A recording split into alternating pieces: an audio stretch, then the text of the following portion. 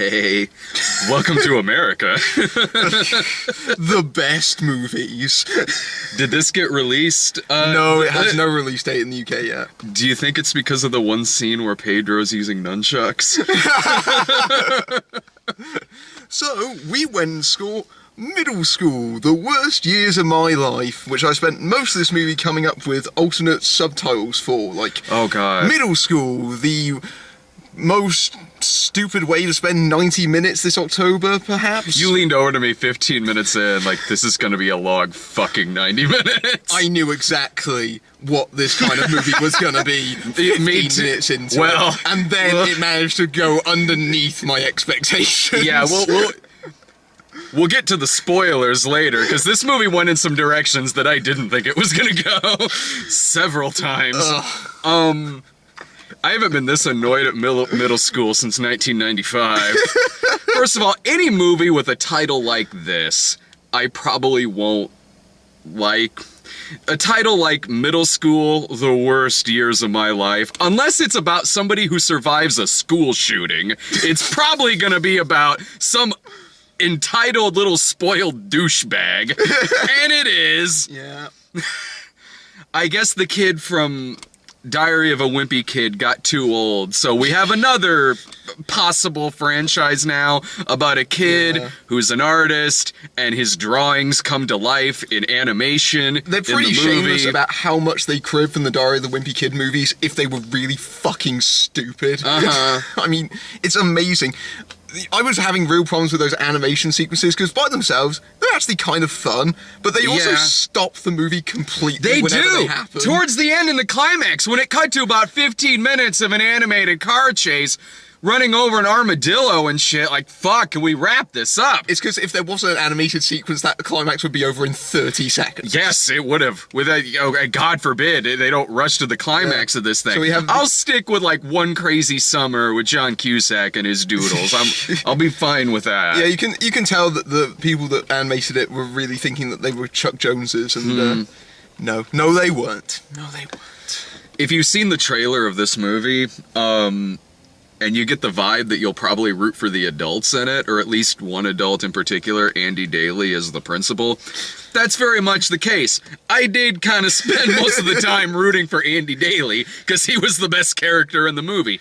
Any chuckle I had in this film was from him. His performance in this movie it was the kind of performance where someone knows they're in a really shitty kids movie, and someone told him to really play up to what a kid's idea of a really strict principal is. He is the sort of principal that goes around going, "No jokes." He actually, at one point in the movie, goes, "No bathroom breaks for anyone." No bathroom breaks for anyone. Why does this test say true or false? The principal has 3 nipples. I'll have you know, I actually have no nipples, and I am beautiful. Occasionally, he will have a funny line. No, yeah, when he said that the one kid's stepmom was hot. Yeah. And when he said something about his ex-wife. Oh yeah, that was the one line that sort of cracked me up in the movie. Yeah.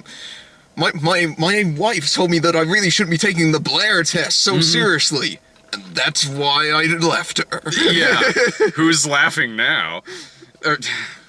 So this movie is about this kid who finds a new middle school because he's been expelled from all of his other ones. I guess for being a serious wet blanket. Yeah. It seems like that's the worst this kid has previously done. Yeah. He's just a sad sack, so expelled.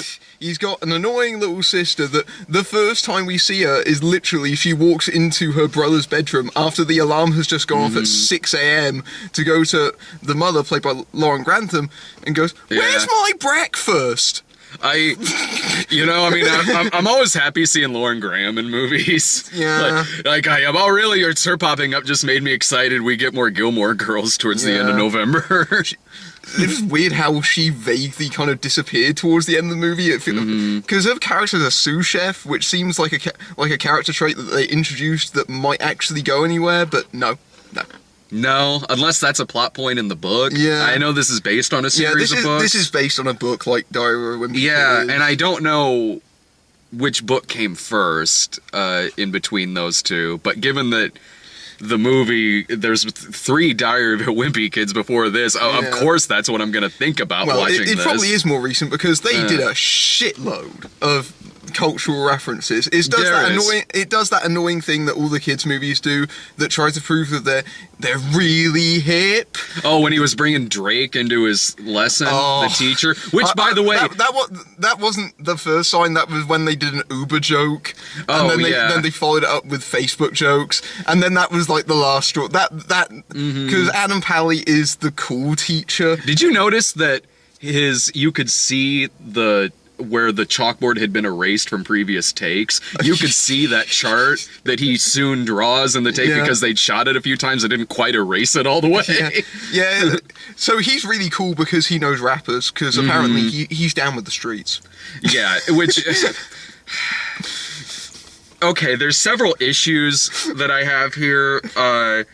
They prove in this movie that this is the worst teacher in the school. Yeah. Like, because... He's teaching the remedial class, and he's pretty bad at it. Yeah, like, Andy Daly honestly brings up several good points in this movie, one of which being that... Because the arc in this movie is that it's 8 weeks out from this test, that all this standardized testing. The BLAR test. The BLAR test. They keep telling you that over and over again. Yeah, 8 days till BLAR, 7 days till BLAR.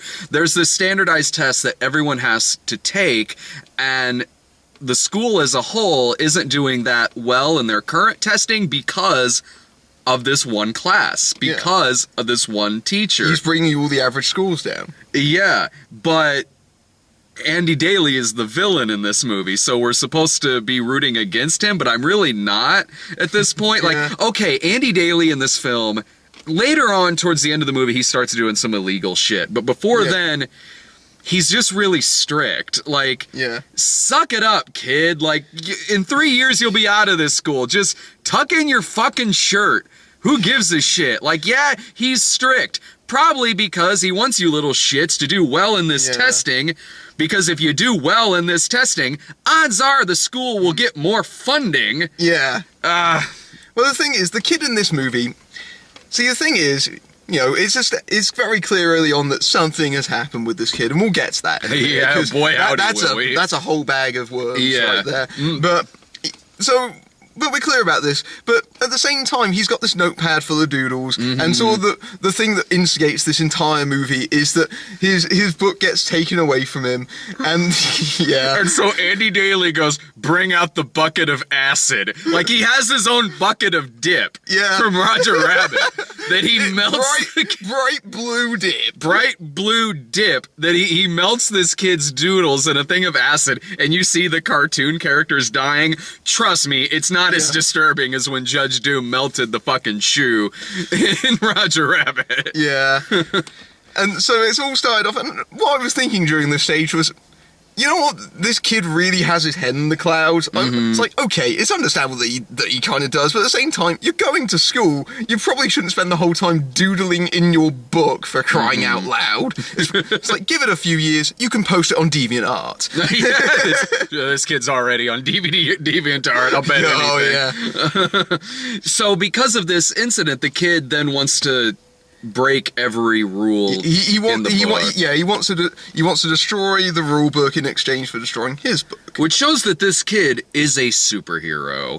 Because, first of all, this school has the worst security I have ever seen in any movie about school. It doesn't matter what decade the movie was made. This movie takes place in the present. This school has the worst security because he just comes and goes in there anytime he wants to vandalize shit, but even the vandalism he does would take 20 people probably a full week to do, which this one kid does just by simply going in early. You leaned into me when at the very first post-it note sequence. Yeah, the post-it.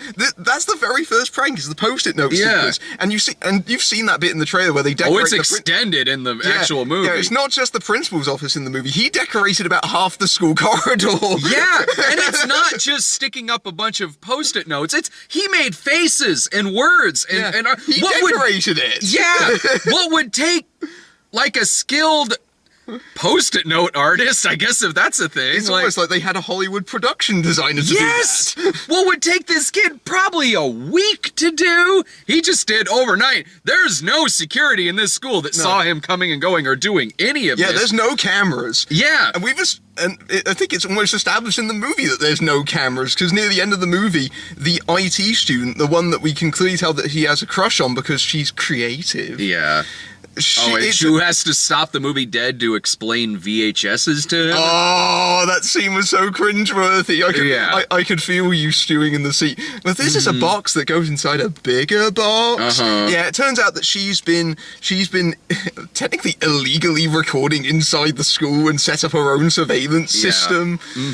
So basically there to expose a crucial plot point. So it's basically there to expose the principal for doing all the illegal stuff, as opposed to the kid doing all this illegal stuff that would get him caught in a heartbeat. Yeah, whether it's like hooking like the dye to the sprinkler system. What if there was a real fire? I was just thinking during that sequence, what if the paint got in everyone's eyes? Or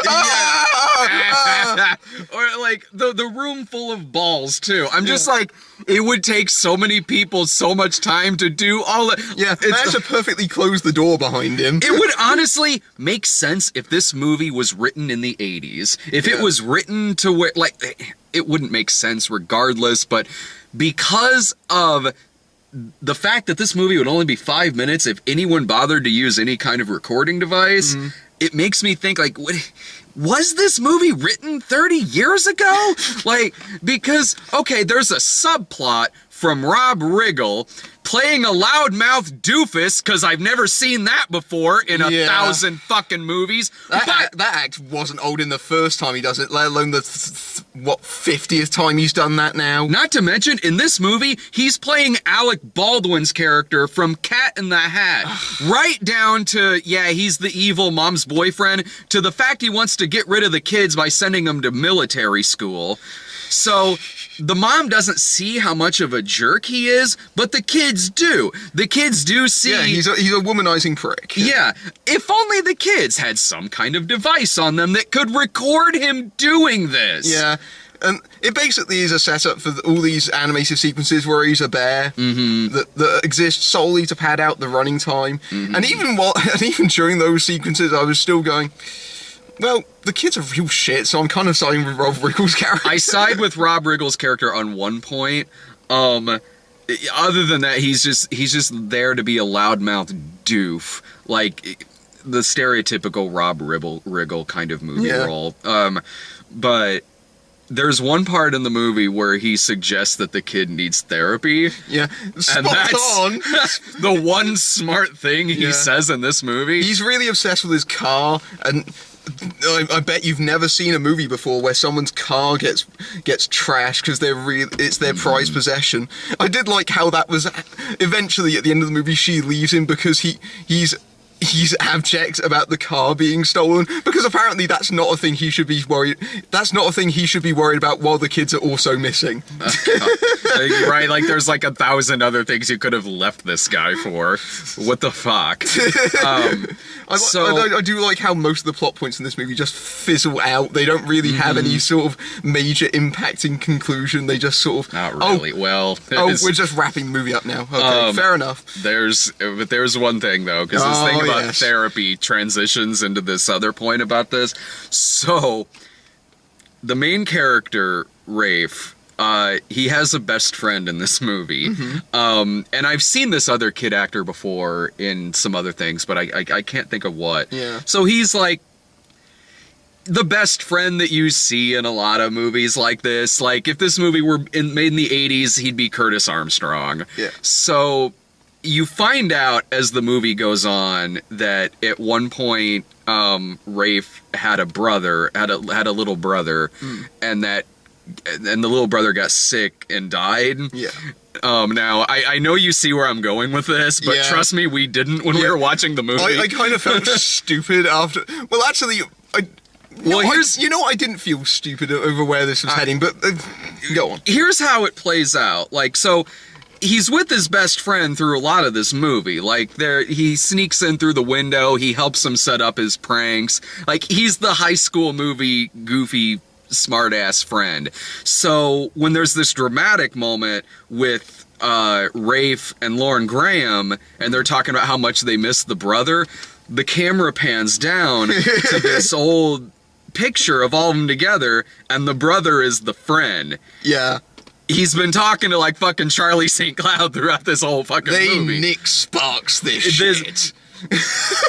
And I seriously sat there like, what? Like, out loud, I think I went, oh, man. I laughed at that moment. We both turned to each other like, I can't believe we both fell for that. Here's why I fell for that, because who goes into a movie like this expecting a Shyamalan twist? Yeah, I was also thinking, well, who goes into this movie expecting something so stupid to happen? It gets dumber. Standards. It gets ridiculous, because when the love interest is secretly recording all the stuff in the hallways, she does record him having a conversation with nothing, because he's talking to a ghost. So you're thinking when you're watching it like, okay, are we just seeing it like this, and maybe this isn't really happening in reality, that he's having a conversation? Like the cartoon sequences. Yeah.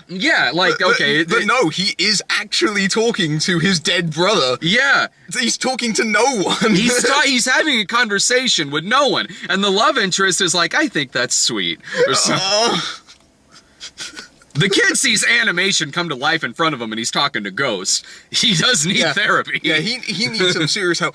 The funniest bit was at the end of the movie. When he's talking to the kid, and it turns out she's been waiting in a bush behind the tree. But you missed a crucial point about that ending sequence, which is yes, the dead kid ghost does leave. Because when the movie is all wrapped up, it's night, and he's in front of the school, and he's talking to the dead kid, and then a spaceship shows up. I wish I was making this up. Yeah. Then a giant animated spaceship. A giant animated spaceship shows up that does the beam that sucks the kid up into it, and he's bye, like it's E.T. And he's bye, and then the kid's looking up and waving, and the spaceship leaves. Pan over, the love interest girl was watching all of this happen, but again is just kind of like, hey, like she's clapping because like he had an inside joke that he said with the brother, and she didn't know what that meant, so she asked him what that meant, not wondering why he's talking to nothing, looking up at nothing in the sky, smiling and waving like a lunatic. But no, that's charming, you know, like, oh, that's cute. And then in that same scene, they have their first kiss, him and the girl, after he's talked to a ghost who left in a spaceship. What the fuck? And that's how the movie ends. That is the movie ends in space. Yeah. The movie literally ends in space. Poochie died on the way to his home planet. Yeah. Wow. And we left the theater, and I looked at you and went, we surprisingly have a lot to talk about with this movie. Yeah. Middle school, how to commit criminal property damage. Yeah. Uh-huh. Like they commit loads of crimes in this movie. I mean, there's the fact that they tampered with the sprinkler system, they steal Rob Riggle's car, they destroy it, which Lauren Graham is like, ha, that's really funny. It's like, no, he could call the police. And, yeah, this movie, like, I've seen plenty of shenanigans movie where they do illegal stuff throughout the whole thing, and you laugh because the movie's well written, or it's got likable characters, or maybe there's enough, like, minor context to it to where you easily forgive shenanigans that go on in a movie like that. Look, one of my favorite 80s comedies is Weird Science, like the granddaddy of like 80s shenanigans movie. Yeah. Is there illegal stuff in that? Lord, yes! Yeah. But you're rooting for these guys. Because, you know, they're bad with women, they get picked on a little bit. You're rooting for Gary and Wyatt, you know? Like, yeah, go ahead, Gary, drive like 120 miles an hour. If it means you get to have a kiss with the cute blonde girl, go for it, man, do it. In this... Well, just suck it up, kid. It's Like, tuck in your shirt. It is. Fuck. It is for the most petty of reasons. Yeah. And it's a stupid middle school feud with the head teacher and the. Like, I love how the movie is all shocked that the head teacher does illegal stuff, because he frames the class at the end of the movie. He frames the class by putting all the stuff that has been used for the pranks into the lockers of this class. He tries to artificially raise the test by suspending all the students in this class and firing That's a King of the Tally. Hill episode, Yeah. too. And so there's that, and the movie is meant to be, oh my god, what he did was illegal. That doesn't really, that's a bit hypocritical. It really kind of is. Like, yeah, it is a little bit. Kids, But, like, kids, it's okay to break rules that you don't agree with if the person that's enforcing them is a dick. That's the message of this movie, apparently. like, so he had a dress code. Like, he had a dress code. He made him walk in a line. Like, No loitering. This movie is like if, like, The Wall was a Disney production. Like, someone who goes to a military school would watch a movie like this and laugh. Yeah. Like, oh no. I did love how going to military school. We fucking established that you have been kicked out of all the schools in the area. You had to make sure that you didn't get expelled from this one. What the fuck did you think was going to happen at the end of this game? If he didn't like Andy Daly's rules, he's gonna go like fucking Tom Cruise at the end of Taps at military school.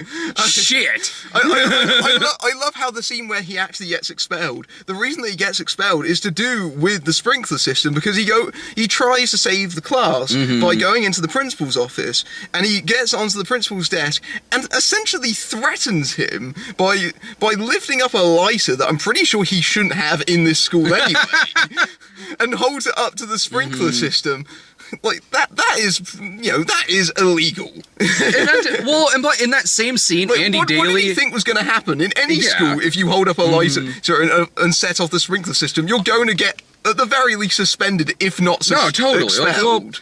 And all that kid had to do was to just have a recording device on him, because Andy Daly blackmails him. Andy Daly totally blackmails him in that scene. All he needed to do was have his goddamn phone recording in that scene. The whole thing could have been fixed in 30 seconds. Well, it's like the movie forgets all the technological references they just had to shoehorn into the movie. Like the fact they keep referencing, it's trending on Twitter, it's going to other schools. But like, they have that token effort in there, but otherwise it feels like they forget the fact they have phones, it feels like they forget they have technology, they forget they have a friend that works in the AV club that apparently is occupied by one solitary person, so why are they running an AV club at this school anyway? Yeah. It's stupid. Yeah. It's this movie's really bad. Yeah. Like, I can't recommend this. Like, obviously not to see it in the theater, but don't take your kids to go see this movie. No. It's got really bad messages for kids anyway. If you want to show them a good shenanigans movie, like, keep the kids home, watch Weird Science. Fuck. Make them if you want to show them the Diary of the Wimpy Kid movies, just make them watch those. There's 3 of them. You can get them in the Walmart bin, for crying out loud. And There's 3 to choose from. You don't have to pay to go see this shit. They're better movies than this. I honestly never saw the first 2. I saw the 3rd one. And I don't remember liking it, but I can say that it was probably better than this. There were families in that screening. There were families. There were a couple, yeah. Not very many. No, but there when were they came in late, too. Yeah. But I think we were the only ones that laughed, and we were the only ones that were laughing at the stuff that I'm pretty sure 99% that wasn't supposed to be funny. Like, the kid turning out to be a ghost. Like, I'm pretty sure we weren't supposed to laugh at that. Some of Andy Daly's lines, so a few of those got me, but that's... You can watch so much better things that involve Andy Daly. Yeah. Why even waste your time watching this on Netflix? I was a little bit curious because we were looking on Rotten Tomatoes and there were no critic reviews. Shockingly. Which indicated that they didn't screen this for critics, which seemed a bit unusual for the kind of film this is. Having seen this, I understand 100% why Lionsgate didn't screen this for critics, because they would have torn this a new arsehole. Because this is a movie that should have been just direct to the Disney Channel. Yeah. Like honestly, this is like a teen network movie that is somehow in theaters right now. I mean, I thought this movie was going to be dumb. I didn't realize the sort of almost Herculean amounts of just stupidity in this movie. It was, other than the twists that this movie has, which again, a movie like this has twists. What the fuck? Other than it going in the supernatural direction. Yeah, other than it going in like the supernatural direction. The movie played out like I thought it would from the trailers, like with all the pranks that are. It's big fat liar for this generation. You can clearly tell it's aimed right towards its specific audience. There's very few jokes that are aimed at adults, and what there are super awkward. This is the kind of movie where there's at least 2 moments where they allude to swearing, but they can't do it because it's a PG movie. Yeah. Like there's that bit where he shuts down the AV club and it cuts to the AV club girl going, "Oh shit, beep, beep." Yeah. Yeah. What rhymes with suck? Nothing good. Just like the movie. Just say fuck. You're in a room with a ghost. The ghost isn't gonna tell on you. Fuck. The ghost that manages to give you journals somehow. Yeah. Right. They could just pick this one moment to open that. My final thought on this is just skip it. Like, it's seeing us talk about how insane this movie gets is probably more entertaining than seeing it for yourself, especially when you know what's gonna happen in it, because we've already spoiled it for you. Yeah. That's my final thought on this. Skip it. Don't go and see this.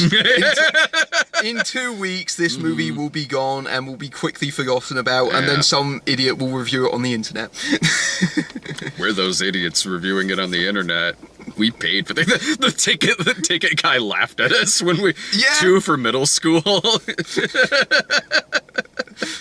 We're adults. From middle school. Hey, I have got Bucks babysitting. God, I haven't felt that uncomfortable since saying 2 for little boy. Yeah. Shit. Well, we're about to go see Girl on the Train. Yeah, we just heard Emily Blunt go past, so, yeah. Yeah.